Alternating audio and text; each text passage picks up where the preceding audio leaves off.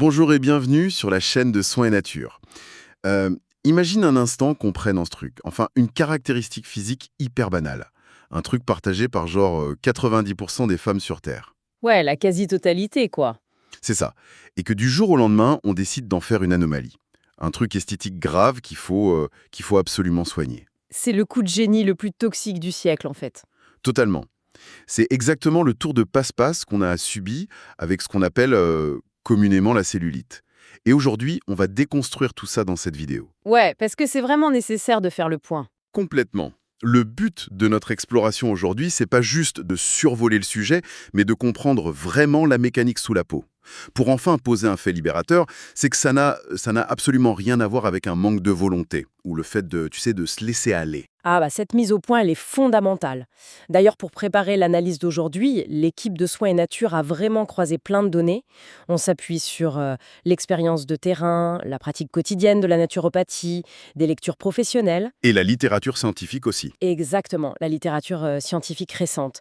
Le but, c'est vraiment de proposer des conseils en santé naturelle qui soient physiologiquement exacts et surtout très déculpabilisants. Voilà.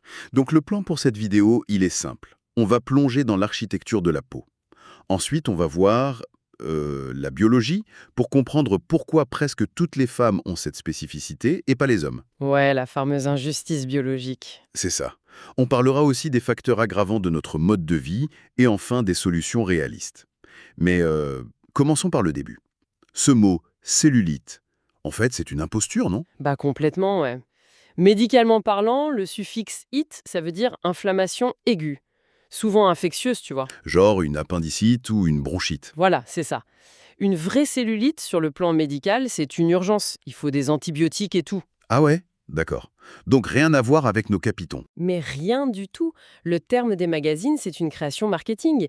Si tu ouvres un vrai manuel d'anatomie, le vrai terme, c'est la lipodystrophie gynoïde. Lipodystrophie gynoïde. Bon, c'est sûr que ça se vend moins bien sur un pot de crème. C'est clair.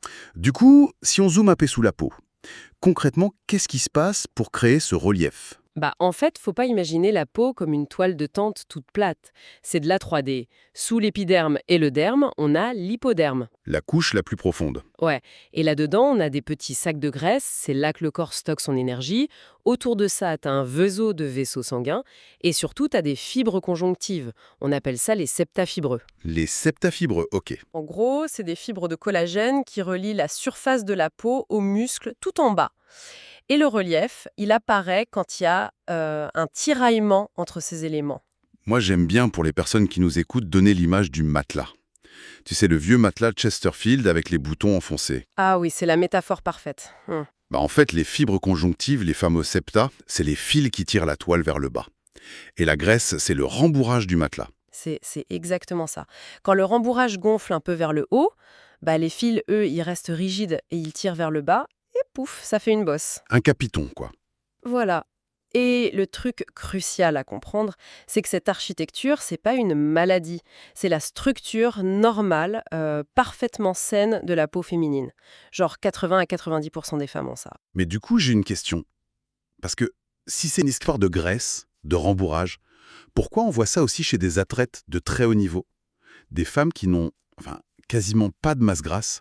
Bah ouais, c'est le paradoxe qui prouve que c'est pas juste lié au point. En fait, la différence, elle est entre les hommes et les femmes au niveau de ces fameux fils, ces ressorts. L'architecture est pas la même. Pas du tout. Chez la femme, l'évolution a mis ses fibres à la verticale. Ça fait comme des petits casiers. Du coup, la moindre petite pression vers le haut fait un relief. Chez l'homme, les fibres sont croisées en biais. Ah, comme un filet? Exactement. Le maillage des hommes retient la matière de façon homogène, alors que les piliers verticaux des femmes, ils laissent la graisse pousser vers la surface. Mais pourquoi la nature a fait un truc pareil? Je veux dire, d'un point de vue évolutif, c'est quoi l'intérêt de ces casiers verticaux? C'est lié à la reproduction en fait. Le corps féminin doit pouvoir stocker et utiliser très vite de l'énergie pour une grossesse ou l'allaitement. Et ces compartiments verticaux, ça permet aux cellules graisseuses de grossir sans résistance. D'accord. Donc c'est vraiment optimisé pour la survie de l'espèce. C'est ça. Et le grand chef d'orchestre de tout ça, ce sont les hormones, surtout les œstrogènes. C'est pour ça que ça apparaît souvent à la puberté. Ouais, logique. Mais il n'y a pas que l'architecture et les hormones. On entend toujours parler de rétention d'eau, de circulation. La plomberie interne, elle joue quel rôle là-dedans? Un rôle énorme. Dans ces petits casiers dont on parlait, l'équilibre est super fragile. Si ta microcirculation ralentit, les petits vaisseaux deviennent poreux. Il y a de l'eau qui fuit. Ce qui crée de l'œdème. Exactement. Et cette eau stagnante, elle va écraser les petits canaux lymphatiques à côté. Or, la lymphe, c'est notre système d'évacuation des déchets.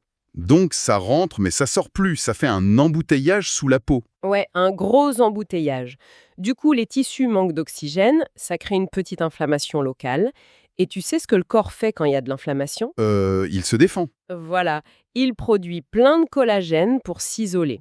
Et là, nos fameuses fibres conjonctives, elles s'épaississent, elles deviennent dures, elles se sclérosent. Ah, des ressorts du matelas rouillent en quelque sorte. C'est une super image. Il rouille, il se grippe, et du coup, il tire encore plus fort sur la peau. C'est ce qui donne la fameuse forme fibreuse, qui peut même faire mal quand on appuie. Ouais, je vois. Et alors, en préparant cette vidéo, il y a un truc qui m'a bluffé dans la littérature scientifique. C'est le lien avec l'intestin. Ah oui, le microbiote. C'est fascinant, ça. Non mais attends, comment ce qui se passe dans votre ventre peut créer des capitons sur les cuisses? Ça paraît complètement fou. Et pourtant, c'est prouvé.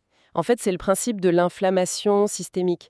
Si ta flore intestinale est en vrac à cause du stress, de la malbouffe ou des antibiotiques, ton intestin devient poreux. Il fuit, lui aussi. Oui.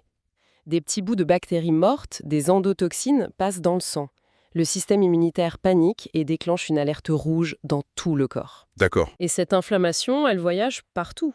Jusque dans la graisse sous la peau, les cellules graisseuses captent l'alerte, elles grossissent et ça empire la rouille de nos ressorts. C'est incroyable.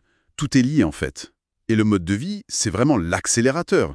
Genre le stress, j'imagine que ça n'aide pas. Oh que non! Le stress chronique, c'est du cortisol à haute dose. Le cortisol, ça dit aux reins garder l'eau et le sel, donc grosse rétention d'eau, et ça favorise le stockage des graisses. Et j'imagine que le tabac, c'est le même tarif. Pire, le tabac détruit l'élasticité. Il casse les fibres de collagène et il asphyxie les vaisseaux sanguins. C'est une catastrophe pour la peau. Bon, donc on a bien compris la mécanique. C'est un cocktail de biologie féminine normale, de plomberie et d'inflammation. Mais le vrai problème au fond, il est psychologique. Ouais, c'est le cœur du sujet. On voit tellement de femmes qui ont honte, qui s'interdisent la plage, les shorts. C'est une vraie souffrance. Une souffrance immense. La littérature en parle beaucoup. Mais cette souffrance, elle vient pas d'un danger de santé, parce que cette structure de peau n'est pas du tout dangereuse. Elle vient du regard des autres. Du regard social, ouais. D'ailleurs, tu savais qu'avant les années 70, ce truc-là n'existait même pas comme complexe. Ouais, c'est dingue. C'est le fameux article de Vogue en 1973. Exactement. Avec la mini-jupe, l'industrie s'est dit « Tiens, on va inventer un problème pour vendre la solution ». Ils ont transformé un truc normal chez 90% des femmes en maladie honteuse. C'est machiavélique. Et aujourd'hui, avec les filtres sur les réseaux sociaux, la norme, c'est une peau en plastique lissée par IA. C'est biologiquement impossible. C'est pour ça que le message principal de cette analyse, c'est de déculpabiliser à fond. Ce relief, c'est pas un défaut. La femme n'est pas le problème. C'est la norme esthétique qui est complètement délirante. Totalement. Avoir ces petits capitons, ça n'enlève rien au fait d'être en pleine santé, d'être séduisante et d'être bien dans sa peau. Bon, ceci étant dit, maintenant qu'on a posé ça, si les personnes qui nous écoutent ont quand même envie d'améliorer le confort de leurs jambes, de réduire les tiraillements, qu'est-ce qu'on peut faire de concret et de réaliste, sans promesse miracle, bien sûr? Déjà, faut définir son terrain. Comme on disait, il y a plusieurs cas. Soit c'est à queue, avec beaucoup de rétention d'eau, les jambes lourdes le soir, soit c'est adipeux, un peu plus mou, soit c'est fibreux, dur et ancien. D'accord. Donc il n'y a pas une seule méthode universelle. Non, ça marche pas comme ça. Mais la base de la base, pour tout le monde, c'est le mouvement. Et attention, on parle pas de courir sur un tapis pendant des heures pour fondre. Ouais, on lit souvent que le cardio, c'est pas le plus efficace. Pourquoi le renforcement musculaire, faire des poids ou des squats, ce serait mieux? Reprends ton image du matelas. Le muscle, c'est le sommier. Si ton sommier est tout mou, le matelas s'affaisse et les plis se voient plus. Si tu construis un muscle dense, tu tends la peau de l'intérieur. D'accord. Et en plus, quand tu contractes un muscle fort, ça fait un effet de pompe incroyable qui chasse l'eau et la lymphe stagnante. Super clair. Ensuite, il y a l'assiette. On a vu le lien avec l'intestin et l'inflammation. Donc, Faut calmer le feu à l'intérieur. Ouais, l'alimentation anti-inflammatoire, plein de légumes colorés pour les antioxydants, bien s'hydrater pour aider les reins à filtrer, et surtout, limiter le sucre ultra transformé. Parce que le sucre, ça attaque le collagène, c'est ça? C'est ça caramélise les fibres, la fameuse glycation, et ça durcit nos ressorts. Ok. Et du côté des solutions naturelles, je sais qu'il y a des plantes, mais attention, on ne cite pas de marque ici, juste la botanique. Bien sûr, la botanique a des trucs formidables. Pour les ressorts rouillés, par exemple, la composante fibreuse, la science s'intéresse beaucoup à la Centella asiatica. Le fameux Gotu-Kola. Exact. Ça aide à relancer la production d'un collagène sain et souple. On peut aussi parler des peptides de collagène qui apportent les briques pour reconstruire le tissu. Et pour celles qui ont plutôt de la rétention d'eau, la plomberie qui fuit. Là, on va chercher des plantes qui tonifient les veines, le petit ouf par exemple. Ces actifs vont forcer les petites veines à se resserrer pour éviter que l'eau s'échappe. Les flavonoïdes des plantes font ça très bien aussi. Ah ouais, très bien. Et l'utilisation locale, genre les crèmes. La caféine en massage, ça peut aider temporairement la microcirculation locale. Mais honnêtement, c'est le geste du massage, la stimulation mécanique, qui compte le plus pour casser la stagnation des fluides. Le fameux palpé roulé ou juste un bon massage drainant, quoi. Voilà. Mais bon, on va pas se mentir, entre le collagène, le petit ou, le renforcement, l'intestin, ça fait beaucoup. On peut vite se retrouver à acheter 50 trucs au hasard et tout abandonner en 2 semaines. Ah bah c'est le grand classique. Et c'est justement là que le rôle de Soins et Nature prend tout son sens. C'est vrai. Rappelons-le, on parle d'une pharmacie en ligne bio et agréée. Exactement. L'équipe derrière, ce sont des pharmaciens, des experts en santé naturelle. Ils font un tri énorme. Ils enlèvent tout ce qui est juste du marketing pour ne garder que des extraits de plantes et des soins avec une vraie qualité et sécurité. Et surtout, on n'est pas seul face à un rayon virtuel, il y a un vrai accompagnement possible. Totalement. L'idée, c'est de demander des conseils personnalisés à l'équipe pour construire une routine réaliste. Un petit peu de massage, la bonne plante adaptée à son type de tissu, et c'est tout. On ne cherche pas la perfection, on cherche le confort. Et on rappelle aussi un truc hyper important, c'est la réglementation. Oui, c'est ça.